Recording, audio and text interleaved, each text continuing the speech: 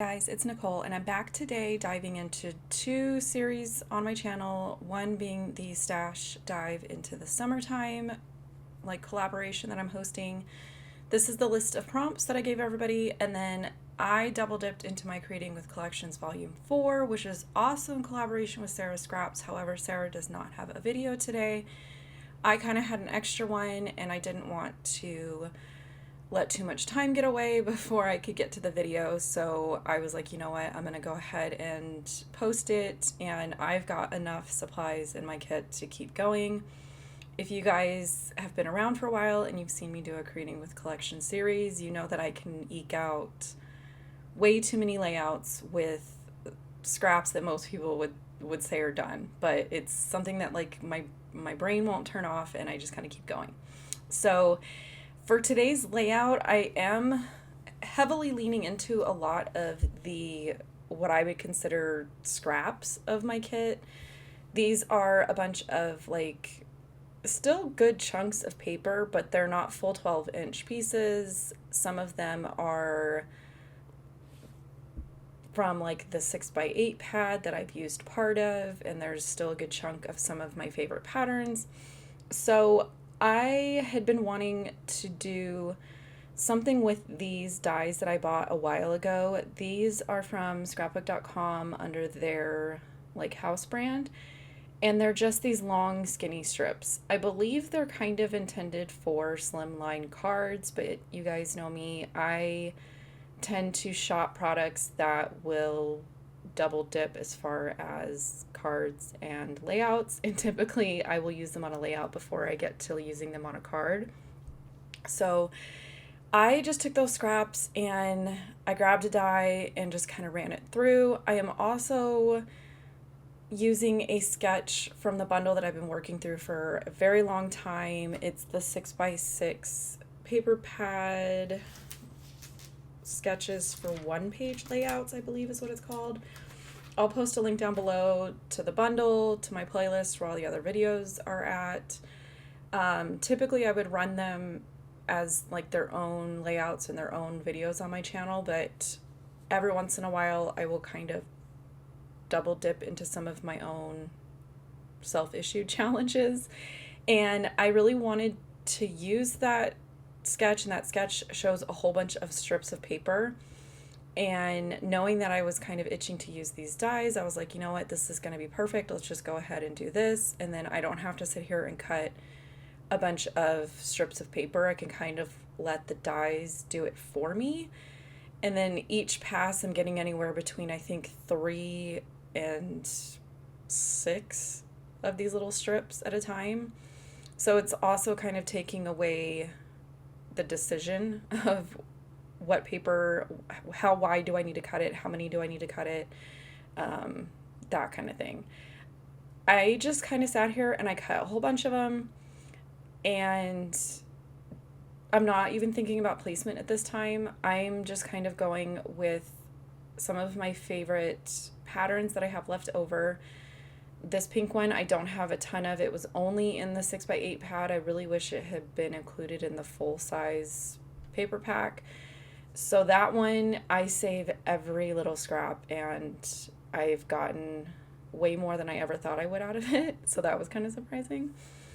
Today I'm also using a full sheet of pattern paper as my background with a white cardstock mat instead of vice versa.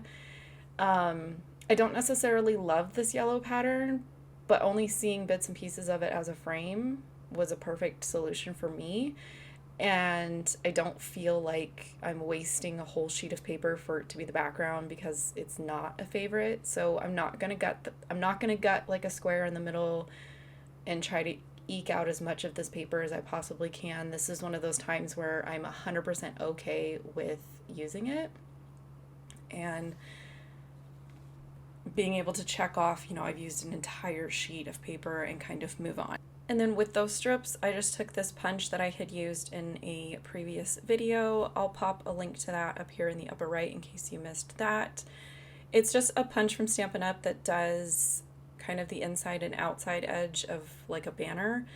And the sketch depicted it similarly to what I did, so I just did like the fishtail on one end and then like the arrow on the other end, and I just kept mine facing the same way. And then I did throw in like a couple of the wood grain and the pink patterns. I kept them with like a straight edge cut to them just to kind of break it up and have them like not get so lost. At this point, I was not in the mood to decide on the order of all of those patterns, but I knew I wanted to stitch, so I just set all of that stuff aside.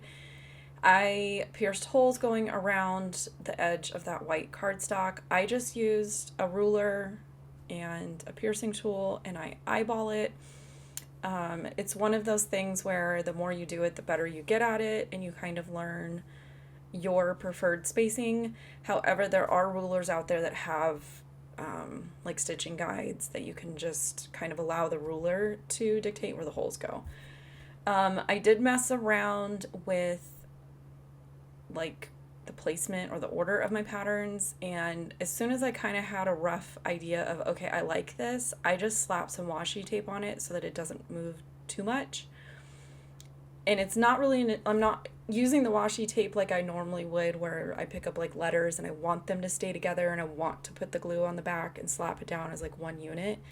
This is more of like, I just want to remember this order and I don't want to have to go back and forth looking at a photo on my phone. And even here, I still kind of mix it up a little bit as I go, just because sometimes it doesn't look good to me, I guess. I don't necessarily have a rhyme or reason to this.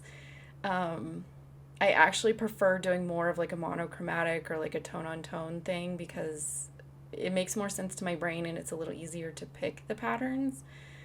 In instances like this, I typically just try to have it be where it's not necessarily the same colors touching, and I try to make it so that the same type of pattern aren't touching, although in two different spaces I do have the same type of pattern touching, so like that green and the navy blue towards the top are actually the same pattern. I didn't mind it in this instance just because it was a different scale, but I do try to separate those. So like I have a yellow plaid and a blue plaid, I just tried to make sure those weren't together. Same thing with the ones that have multiple colors on them. So like the plaid that has all the colors and the rainbow stripe that has all the colors. I try to keep those separate. It just makes sense to my brain and how I like things arranged. And then things like the wood grain and the little skinny pieces of the pink, I just kind of sprinkled in to places that I felt like I wanted more of that color, I guess. And I'm not really focusing on the fact that the right side of this is a big mess. The sketch itself, I believe, only has one photo kind of off to the right and a different size and I think a different orientation than what I've used. I used 2 landscape 3x4 photos, so in a sense it's going to take up the space of just a regular 4x6 photo. And most of that like messy right hand side is going to get covered up with my photos, so I don't take the time and energy to make sure that what's behind my photos is going to look good, if that makes sense. And then at this time I was like, you know what, I still want to stitch. What can I stitch? So I'm going to go and add some stitching along some of these strips of paper. Some of the stitching I went all the way across left to right. Some of it I just did little short chunks, just kind of what I liked, what I wanted, and what I felt like looked good. This is one of the prompts that was on my stash dive list, was to use an intimidating supply, and to me these black phrase stickers that were in this collection are just intimidating to me, and I've mentioned this in other videos. I think it's just the fact that there's not really any black in the paper that it feels like it doesn't match to me. I understand that it's a contrast, I understand that it stands out, it's big, it's bold, it's beautiful, I get it. For me, it's just one of those things like, that looks odd.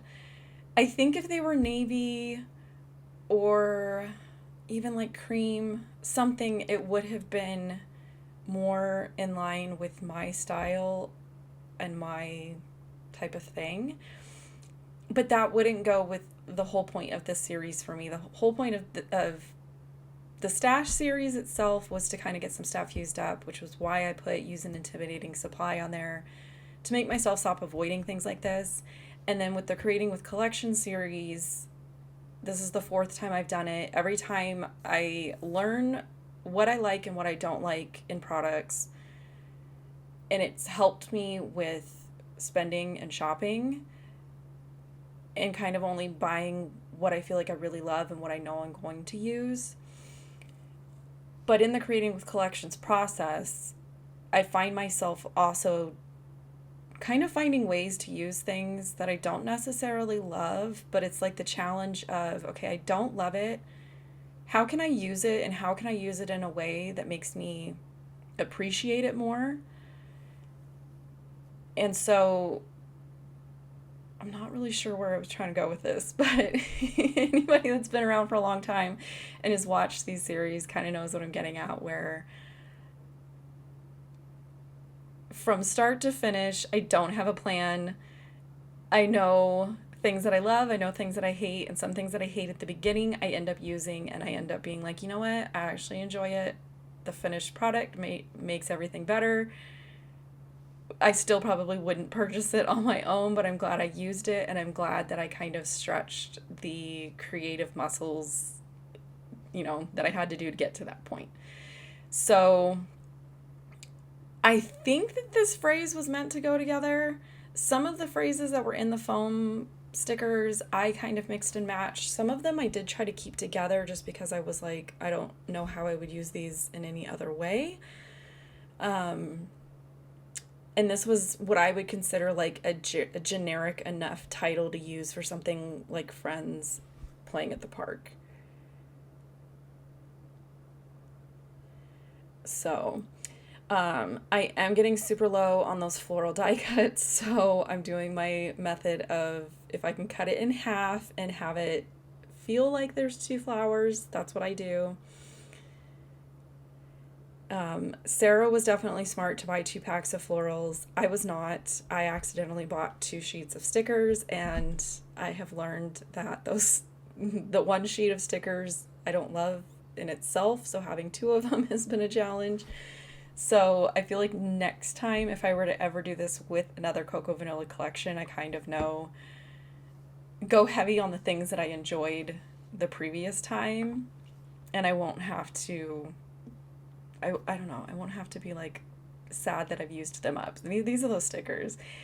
I think it's just because some of them feel very different from the papers, and so in my mind it goes back to that whole like it doesn't match, and I just can't figure out what to do with them. So another thing I've learned through this process is when I get to the point where I feel like the kit is done, I don't feel guilty about anything that's left over, especially when I can look back at how many layouts I've got done, how many videos I was able to share with you guys, and kind of the learning process along the way. I did go ahead and I cut apart one of the labels from this 3x4 card. First, I printed my journaling on it. It was one of those things where I keep pulling out the 3x4 cards. I've done some die cutting from the back sides and around some phrases I know I won't use to eke out some extra colors. Some of them I really, really love, and I just haven't figured out a method of how I want to incorporate them on a layout. I'm still marinating on that. This one was a good one that I found and had kind of forgotten about, and I was like, you know what, this would be a good way to do journaling because I don't have a ton to say. I didn't want to do journaling strips just because there's so many strips going on already, and it just kind of felt like overkill. So this was kind of one of those things where I start digging through everything and trying to figure out, how can I use this? I haven't used it yet. How can I use it?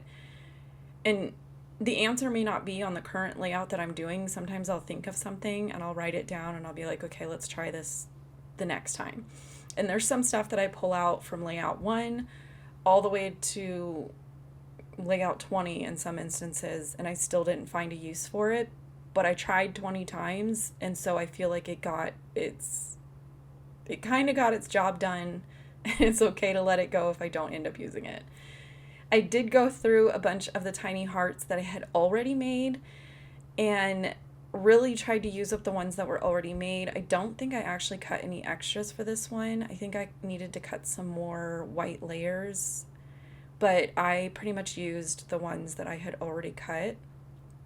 And I had a bunch of like the navy, I had a couple pink ones left and some wood grain ones, and then I had used, I think, the last of the hearts that came in the die cut pack as well. There was 3 of them, and I just kind of tucked them in areas that kind of matched the color of the stripes. And then earlier, I don't know if you saw, there was some cut aparts that actually were like colored tone on tone phrases that I tucked around. Here you can see that I kind of heavily leaned into scraps, jumping into a class and using an intimidating supply. So final layout, I've got some detail photos. There will be a bunch of information and links to finding things that you may have questions about in the description box. Again, anybody else that's playing along with the Summer Stash Dive series will be linked below, and I will catch you guys in a video soon. Thanks.